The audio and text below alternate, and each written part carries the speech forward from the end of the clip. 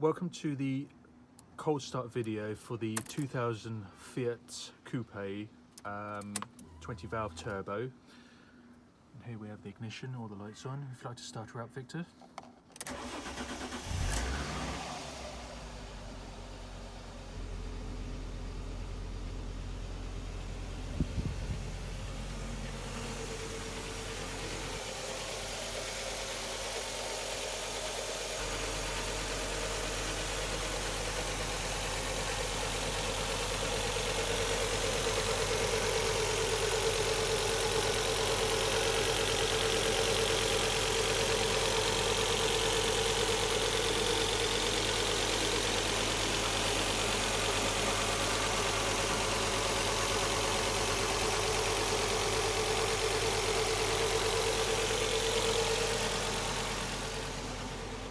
When I ask you to, I just want you just to gently increase the revs on the engine.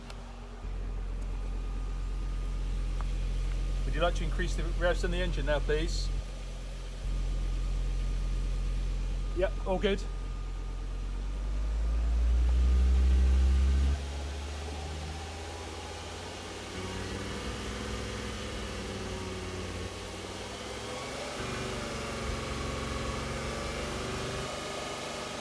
Thank you. Then in a moment I'll ask you to do the same for the fronts. And again, yeah.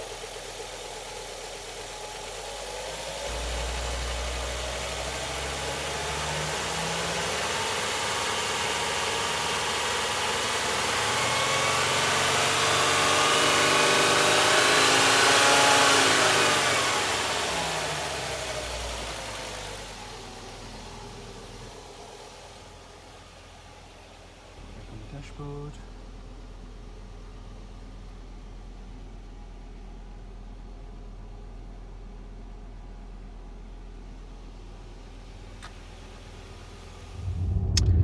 So here we are today in Victor's Fiat Coupe 20 valve turbo. We're just driving through some of the roads of West London and going to talk about how the car drives and how it feels. So we're sitting here, just travelling at the moment, very low speeds, 20 miles an hour. So obviously there's going to be lots of stops and starts, but it gives us an opportunity to see how the car feels on the road. So the dampers feel great, they're absorbing the ruts and the undulations of the road. Engine's idling nicely, quite smooth, absolutely no knocking noises coming from the suspension as we go over the ramps. We're just going to be taking a right hand side here. So in terms of Victor, how long have you owned the car for? This came to me after my late sister passed on. It came to me in 2005. Okay. And how have you been using the car? Have you been using it regularly? Initially, yes, when I was when my daughters were schooling, when they stopped or when they went on to university. Yeah. I hardly ever drove it. It was maybe about 200 miles a year over the last 6 years. Okay. And you're selling it because of the ULEZ. The ULEZ. So basically that's stinging a lot of people because of the emissions. In terms of the way the car drives, would you say there's any faults with it at all? How's the gear change? Gear changes are smooth. Yeah. And no problems with the clutch at all? No. All good. And the steering's nice and solid there, it's not vibrating, suggesting that's steering is good. The tracking's all good. We have a look at the dashboard here. There's a couple of obviously sort of aesthetic issues here. Quite a common fault with cars of this period is to have the sticky dashboard. It can be treated. It's not particularly pleasant, but it's just it kind of takes a sheen away from what is a really pretty looking dashboard here.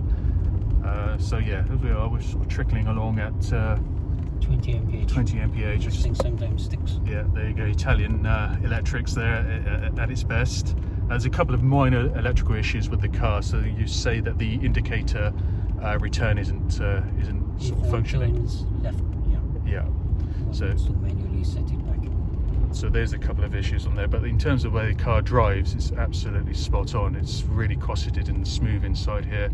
Obviously, being a turbo, we're not going to be opening it up in the streets of London, but those who know that the car's easily capable of exceeding 155 miles an hour, which Victor, you haven't tested that capability, have you? No. I stick to speed limits. Exactly. If anything below. So this is basically, you know, the epitome of a careful ownership profile here. You know, the car's been used regularly but never thrashed. It's I think maybe 2 or 3 times when I was pulling out, I accidentally pressed the pedal a bit more and the turbo kicked in. Yeah. Scared me. Yeah.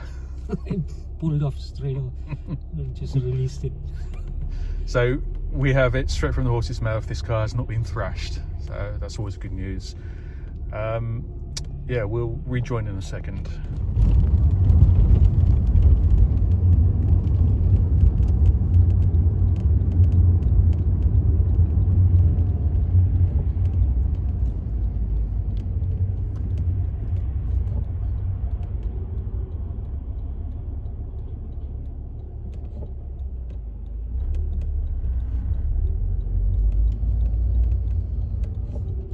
And the brakes, no issues with the brakes at all? No noises, no knocking, no vibrations or anything at all? No, none. Good. Car's got a good service history and lots of paperwork with it as well.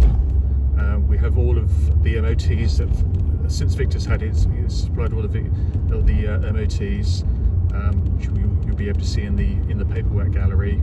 It's got reasonable service records, stamps as well.